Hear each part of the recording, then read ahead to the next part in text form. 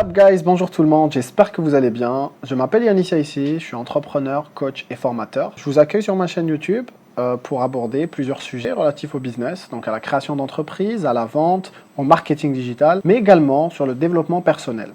Je vous souhaite la bienvenue et profitez de cette chaîne. Pour notre première vidéo, nous allons accueillir une invitée de marque. Une invitée de marque pour nous parler de son parcours, de comment elle a commencé sa vie, comment elle a progressé au fil des années pour accomplir ce qu'elle a accompli aujourd'hui. C'est une personne qui est plus ou moins connue, qui a accompli de belles choses dans sa vie, qui a plusieurs expériences et qui, je pense, a beaucoup de savoir et d'expérience à vous partager. L'entrepreneuriat, c'est quelque chose qui la motive, qui la draine. Le marketing digital, c'est son métier, c'est son quotidien. Donc profitez avec nous de cette échange avec elle. Bonjour Myriam, merci de nous avoir fait honneur. Merci à toi, Yano, de m'avoir invité. Ça me fait très plaisir d'être ici avec toi. Première question, qui est Myriam? Qui es-tu? Donc, je suis créatrice de contenu sur les réseaux sociaux. Je partage un petit peu mon quotidien. On parle un peu de beauté, d'astuces, de bons plans. Et je fais aussi des petites vidéos sur le développement personnel, si on peut appeler ça comme ça. J'aime bien donner des conseils parce que c'est quelque chose qui me parle. Donc j'aime bien partager ça. Et c'est quelque chose que j'aime beaucoup. Question, comment t'en es arrivé là? Ce que j'ai fait comme étude n'a absolument rien à voir avec mon domaine actuel. Donc j'ai fait anglais à la fac. Mais j'ai toujours été passionnée par le make-up. Et j'avais commencé en fait par maquiller des mariés, parce que ce que j'aime beaucoup faire, c'est embellir les visages des gens. Et du coup, je me suis dit, tiens, pourquoi ne pas me lancer sur les réseaux, histoire de me faire connaître un petit peu plus. C'était en 2016, j'avais commencé, donc comme je t'ai dit, par les mariés, et puis je me suis dit, allez, vas-y, on essaye ça sur les réseaux. Et à force, j'ai commencé à recevoir des questions de la part des gens qui me disaient, voilà, vu que tu es maquilleuse, est-ce que tu as testé tel ou tel produit, etc. Je me suis retrouvée petit à petit à parler en story, à conseiller les gens sur le maquillage, bien sûr. Et doucement, doucement, je me suis fait remarquer par les marques. On a commencé à travailler ensemble et c'est parti tout seul. En fait. Ça a commencé à prendre de l'ampleur. Comment tu l'as ressenti? Comment je l'ai ressenti? En fait, ça m'a fait plaisir de pouvoir aider les gens. Parce que lorsque j'ai commencé en tant que maquilleuse et que je maquillais les mariés, je leur expliquais tout ce qu'elles devaient faire après. Parce que je n'allais pas rester avec elles toute leur vie. Et automatiquement, je leur disais, voilà, ça c'est bon pour toi, ça ne l'est pas, etc., etc. Donc, me retrouver à faire la même chose devant beaucoup de personnes, à conseiller, genre en parlant une fois, mais de façon commune, ça m'a fait plaisir, surtout lorsque j'ai vu les retours des gens. Des gens qui m'ont dit, je t'ai fait confiance et effectivement, j'ai eu raison, tel produit est très bien, tout ça, etc. Alors, c'est un métier à temps plein. Ça, c'est sûr, parce que la création de contenu ne dépend pas uniquement de celle que l'on fait pour les partenariats. Ça veut dire qu'il faut créer du contenu tout le temps, en fait. Parce que logiquement, donc moi je vais te dire les choses telles qu'elles sont, quand tu travailles avec une marque et qu'automatiquement tu dois présenter ses produits, tu dois intégrer ça dans ta routine. Donc, quelque part, tu dois partager ta routine. Ce qui fait qu'en fait, c'est tous les jours du boulot, il n'y a pas de pause. En gros, c'est ça. C'est un métier à plein temps. Complètement. Et puis même pour construire une communauté solide, etc., peut-être qu'il faut interagir avec eux, être au contact au quotidien avec eux. Il faut créer de la confiance. Et pour ça, il faut avoir un contact permanent. Ça veut dire qu'il faut littéralement prendre le temps de répondre, je ne dirais pas à tout le monde parce que c'est impossible, mais au maximum de personnes. Ça, c'est sûr. Que ce soit les messages, les commentaires, il faut être présent. Les messages haineux, les commentaires haineux, les remarques mal placées. Il y a des gens qui sont méchants pour rien. Il y a des gens qui n'acceptent pas le fait que tu sois tel que tu es. Il y a aussi le problème de langue qui se pose énormément parce que moi je parle en français et j'ai on va dire, bâti une communauté pas à 100% mais à 90% francophone. Et du coup, il y a un petit pourcentage qui n'est pas très réceptif, puisque je suis, d'après eux, algérienne et je suis censée parler uniquement en arabe. Ma meilleure expérience, je ne pense pas en avoir eu une seule, parce que j'ai vécu quand même pas mal de bons moments depuis que je me suis lancée sur les réseaux. Je dirais que c'est un tout, en fait. Les expériences, de belles expériences, j'en ai pratiquement chaque jour.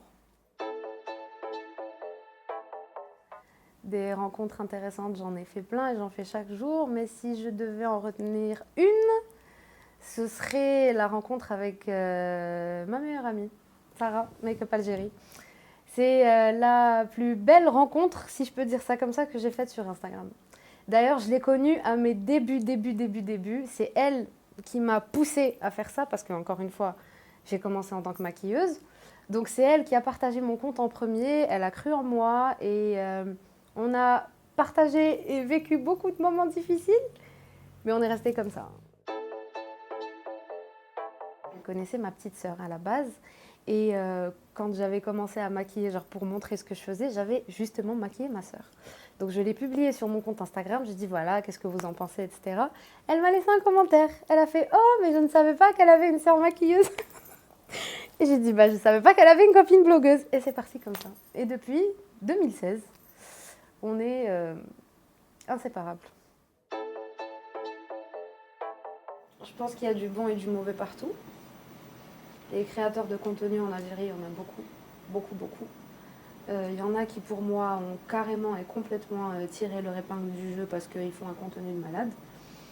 Et il y en a qui, d'après moi, n'ont rien à faire là parce que pour moi, lorsqu'on se lance dans quelque chose sur les réseaux, c'est avant tout par passion.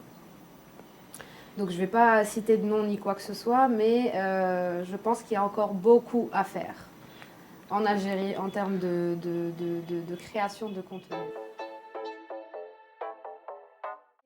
Oui, ça m'arrive très souvent de croiser des abonnés dans la rue, en boutique, peu importe. Et autant ça me fait toujours plaisir de les voir, autant des fois je me dis « Ah mince, j'aurais aimé être mieux habillée, ah mince, j'aurais préféré ne pas être avec mon père par exemple, etc. » Parce que voilà, j'ai beau partager mon quotidien, je ne montre pas forcément tout. Et c'est vrai que parfois ça me gêne un petit peu. Ça me fait plaisir d'être reconnue. Enfin, non pas, c'est pas le fait d'être reconnue qui me fait plaisir. C'est plus le fait de les rencontrer. Mais la plupart du temps, ça me gêne en fait. Ça me gêne parce que ça rentre carrément et complètement dans mon intimité. Qu'est-ce que ces gens te disent quand ils te rencontrent? Ils te parlent, ils t'abordent? Oui, bon, ils m'abordent, c'est sûr. Est-ce qu'ils te demandent des conseils? Non, en général, on m'arrête pour prendre une photo, pour me dire qu'on m'adore et qu'on me suit depuis longtemps, etc., etc. C'est surtout pour me faire des compliments. La réussite étant un mot qui pèse assez lourd, je pense que je ne suis pas encore au top de ce que je veux et de ce que je recherche. Mais il y a une certaine réussite quelque part, si on peut dire ça comme ça. Oui et non, en fait. Oui et non, je sais que je peux faire encore mieux.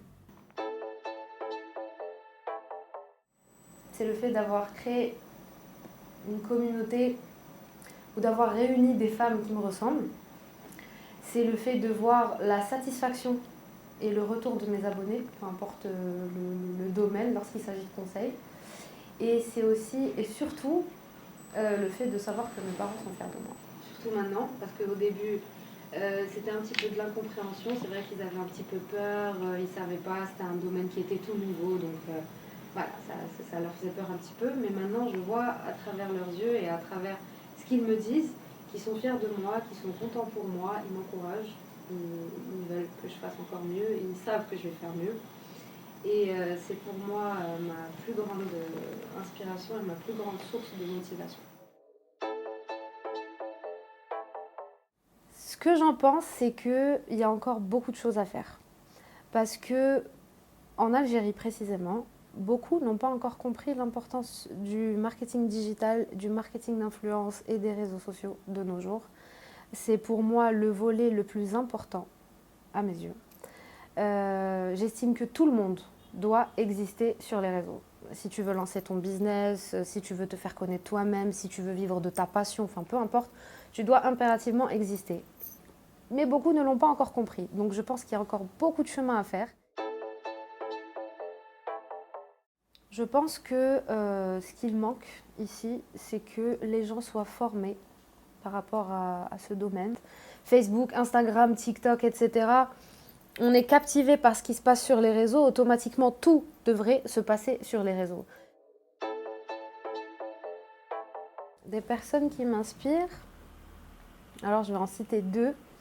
Dans la vie en général, je dirais que c'est ma maman. Ma mère m'inspire de par son courage, de par son amour, de par sa patience surtout. C'est une personne qui m'inspire énormément au quotidien. J'apprends beaucoup d'elle tous les jours et je pense que j'en apprendrai encore et encore.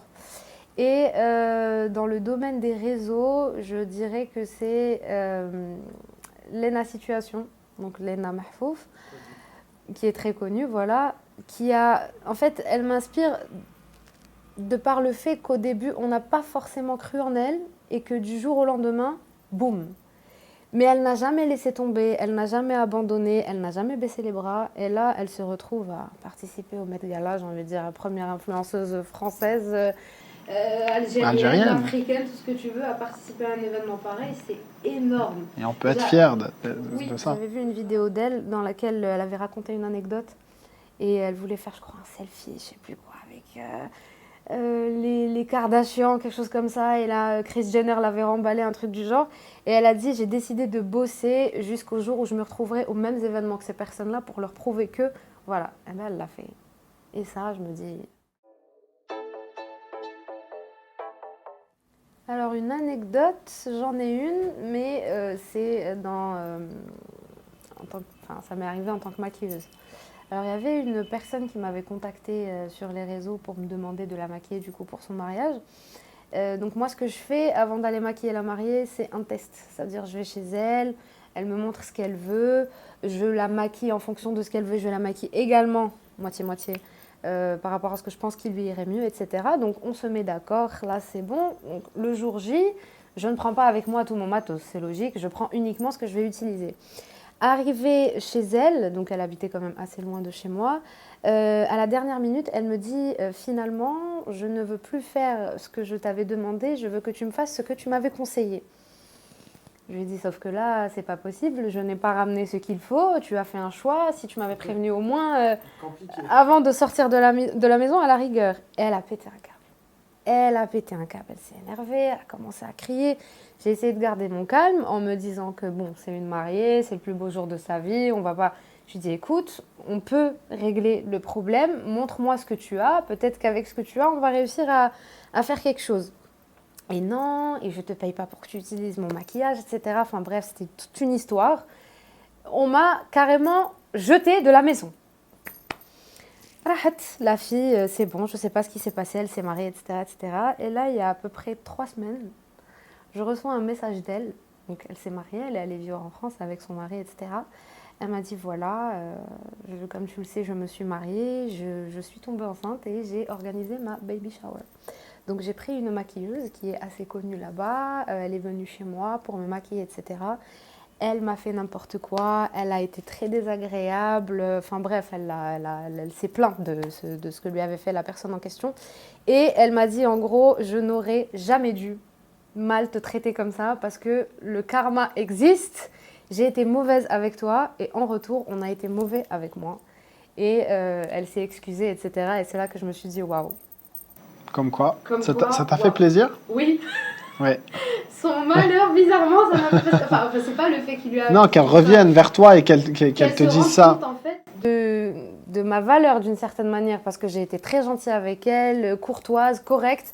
J'ai essayé de l'arranger au maximum, mais elle m'a maltraitée et automatiquement, elle a ressenti ce qu'elle m'a fait ressentir du coup. Si je devais avoir un dernier mot à donner ou un message à faire passer, ce serait de ne jamais baisser les bras, d'essayer de faire de sa passion un business. Parce que sincèrement, il n'y a pas plus beau que de gagner de l'argent en faisant ce qu'on aime. Tu te réveilles motivé le matin, t'as la niaque, t'as tout ce qu'il faut. Tu le fais en étant de bonne humeur, positif et prêt à tout faire péter. Et surtout, merci à vous, chers abonnés, d'avoir suivi cet entretien avec Myriam Makeup. Je vous mets ses réseaux sociaux juste en bas. N'hésitez pas à checker ce qu'elle fait. C'est une personne formidable, comme vous le voyez. Donc, n'hésitez pas à aller la soutenir et donner de la force à ce genre de personnes. À bientôt.